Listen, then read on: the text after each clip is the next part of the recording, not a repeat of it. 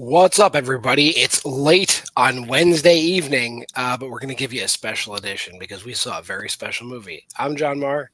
That's Aaron Brooks. Welcome to Why We Love Horror Special Edition. Aaron, how you feeling this evening? Excellent. Very big Nick Cage fan. So always excited to discuss the Nick Cage movie. And this happens to be a very good one. So yeah. Yeah, let's drop the trailer for the Surfer.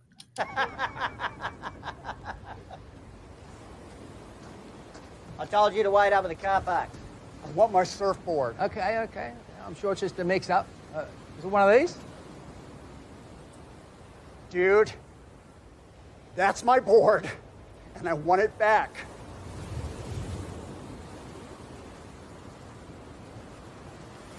Listen, mate, I think you've been out in the sun too long. They took it from me last night. They threatened me with a broken bottle. Why don't you take a drink of water? I don't want anything from you. I want my board. So you're saying they took this from you last night? Was I not clear? Well, it's just the problem is, and I can tell you myself, that old board's been up there for as long as I can remember. How long? I reckon we put it up there maybe 7 summers back now. She's a beaut, isn't she? I guess it's like a talisman for us. What the fuck is this? Sir, it is in your best interest to get back up to the car park and wait for me by your vehicle.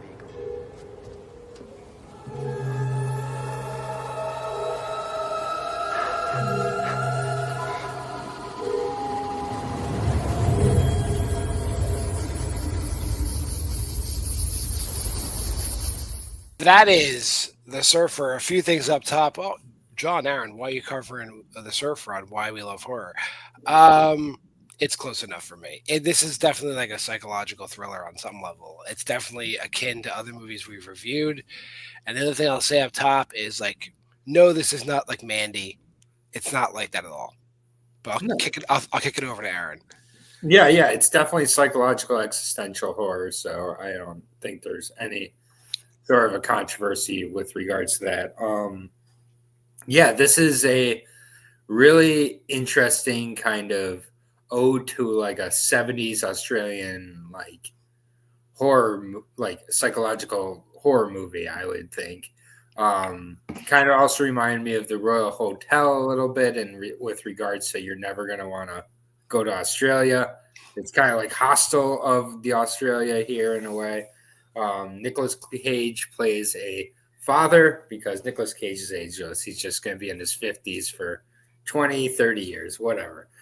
He's a father who used to live in Australia, then moved to California, and now is trying to move back to Australia to get his childhood home, buy his childhood home back, and like win back his like estranged wife who's now pregnant and getting married to another man, and the respect of his like 15, 16-year-old son. Just bad things keep happening to the surfer who starts out in a suit. And, it's a trip. Yeah, I'd say like for me, like it had features. Not that it was like borrowing or ripping anything off, but it felt like other movies to me. Like the whole like, oh, you're on a beach and there's these locals here that are just total fucking dicks, destructive, territorial dicks. I was like, this is Eden Lake. Like it had like a whole Eden Lake vibe to it for me. And then there's also just like I guess I might as well toss up spoilers to throw up this, say the second piece is it becomes like a Fight Club thing where it's like there's a cult and like they make people go through like initiations, like it's like a surfing toxic masculinity cult on the beach, and Julia McMahon, who plays like the leader of the cult, Scally, also just kills it. Like it's like two great performances like side by side, him and Nick Cage. Yeah, and one of the things I find really fascinating about this movie, and there's a ton of fascinating approaches to the movie, how it's shot, like the different camera kind of tricks and techniques that are used are really interesting. Like, we did watch a Q&A afterwards, but the director talks about how he like had like a gas like lamp underneath the camera for like some of the hot scenes, and like you feel it, and like uses like just a lot of unique shots that I think keep this movie very fresh throughout. So like there's that, but it's played while there is a dark comedy aspect to it, it's played pretty straight at the same point. Yeah, it's basically like you watch him like get gaslit. Like he's getting like he loses his mind, and it's legit. It's not like it's not just Nick Cage playing a character that goes crazy. No. Anybody would go crazy. And he's pretty subdued in this performance, which also like the whole Nick Cage is always crazy and Rage Cage thing is very, very, very overblown. As somebody who's seen all of his movies, he's jazz. He is, but he also like doesn't have to be crazy to be great. Like, I mean, we saw it in last year when we talked about the A24 Dream Scenario. We like saw there he wasn't insane, but insane things are happening around him, and he's able to bounce off those so well. And this is another really good example of that. I think we do get the one Rage Cage scene, but it really builds up to it, and like it's well earned. Yeah, absolutely.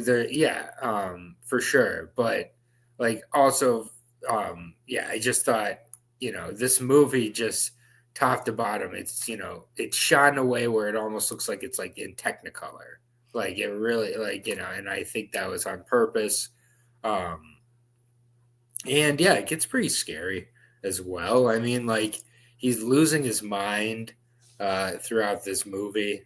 He's tripping on various stages of the movie. He's dehydrated and drinking like whatever's in that water. It's like the most disgusting covered water. Yes. Yeah, like red water, brown water. He's drinking all that water, and there's lots of. I mean, Lorcan Finnegan, who did Vivarium, obviously is very like playful and experimental with how he does his shots. And then the cinematographer here, Radek Ladsuk, deserves like a shout out because the things they do, especially in like the, he's so dehydrated, he's hallucinating scenes and there's flashbacks and it's slightly non-linear. But like everything comes together. Nothing feels like experimental for the sake of being experimental at all. Even though it is experimental, fits into the narrative of the movie. Yeah, it's definitely non-linear. I mean, if you're going into this expecting a A to B storyline, like you're not going to get that. And I think pretty early on it shows those cards. So, but no, it all comes together by the end. There's aspects of Fight Club to the end of the movie as well. But again, it's its own movie within all this.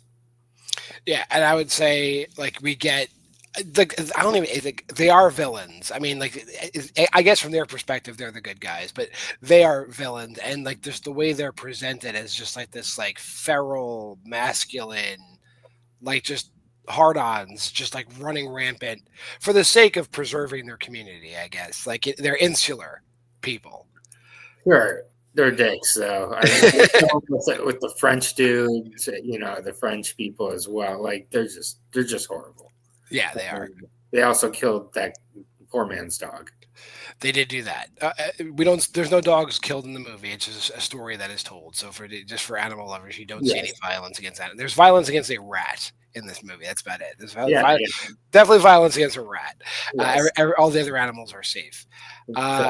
And then there's like a whole stretch in the middle of the movie, like where maybe like, I mean, Nick Cage is being gassed. Nick the Surfer is being gaslit the whole movie. But like we're kind of being gaslit because they're kind of playing the red herring of the movie is kind of like, is Nick Cage the vagrant that you see earlier in the movie? Like has he lost his mind and he is that person? Because there's also a vagrant character who's also been tortured by these dickheads to the point that he's like, and kind of looks like he could be really old Nick Cage if they wanted to do that. Yeah, it's like they play with that idea. Like, is he losing his mind? They gaslight him into thinking he is that guy. Like they put him in his car. It's like it's really well done. Like I was thinking like, oh, is that the twist? Is the twist that he's the guy? But the twist isn't that he's the guy. The twist is that they're initiating him, just like when Tyler Durden makes everybody stand outside the paper mill for 7 days. That's basically what they're doing to Nick Cage's character, but he doesn't know. Is the twist. Yes. Yeah. And I thought it worked really well.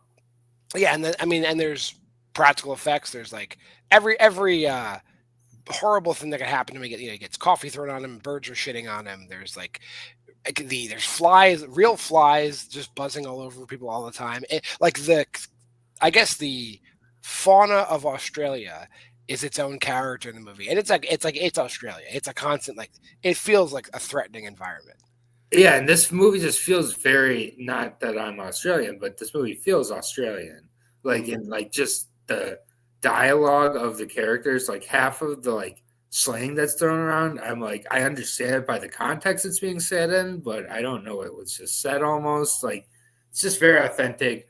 And again, Doctor Doom plays, the main, antagonist in this movie.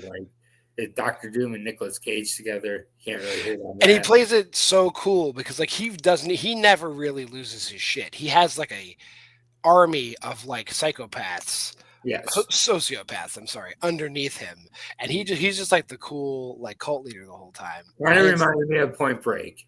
Yes, there's a whole Point Break aspect to it. Obviously, the surfing. Yeah.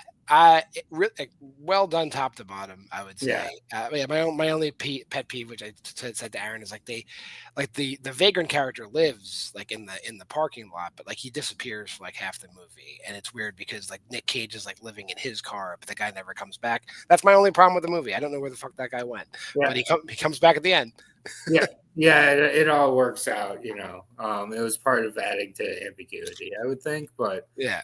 I would definitely be interested to rewatch this movie at some point. I loved it. I thought it was just one that I would definitely, if you can get out to theaters to see it, I would definitely see it in theaters.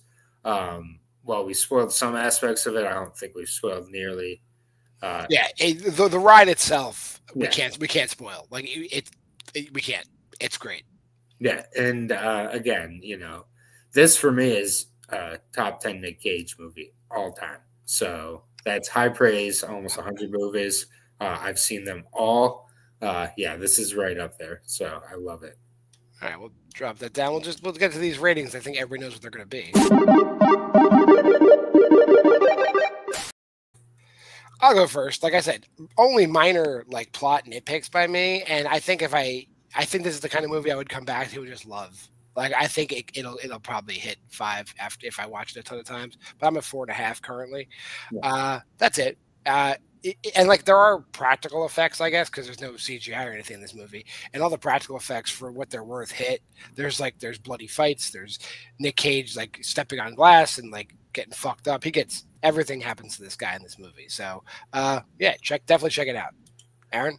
I wish Aaron Unwinds reviewed good movies, because this is one that I would review on there down the line. Maybe I'll have a Aaron Unwinds Criterion edition down there. And this would definitely qualify into it. 5 videotapes for me. Second 5 videotape of the year, I believe, was Sinners. So this and Sinners are my 1 and 2 for the year overall, and with horror. So great movie. Highly recommended to Nick Cage fans and just fans of horror. And if you watch the trailer for this, or you watch this review and you think this would be your shit, you'll probably be right. It is divisive, as they say. 3 walkouts from our 8-person screening. So 2 of the people that walked out, though, were clearly in the wrong movie. They were just not when they were sitting in my seat when I got to the theater, and I was this is my seat, and they took them a long time to get up, and they were. I'm not gonna cast aspersions on any demographic, but I was Aaron and I were both what the fuck are they doing here? They were not the right crew for this movie. They did not give it 5. Yeah, they don't even know how it ended. But if you made this far in the video, comment, subscribe, and share. Go to the Facebook group at Why We Love Horror, and go to the Letterboxd challenge here. Watch movies with us. There's 52 weeks, 52 prompts. We're doing it this year. We're doing it every year for as long as I can stomach to do it. We're going to do it. Schedule here is always the same. Sunday, Why Live Loves Horror. She's coming back this week, doing The Witches, finally. Mondays versus Will and I are trudging through the Lake Fear trilogy that you've never heard of.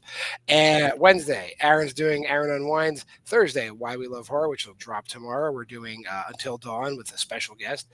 And then 2 episodes of Why We Love Horror trivia every Friday. But hey, Until next time, I'm John Moore. That's Aaron Brooks. We appreciate you stopping by for this special edition of Why We Love Horror.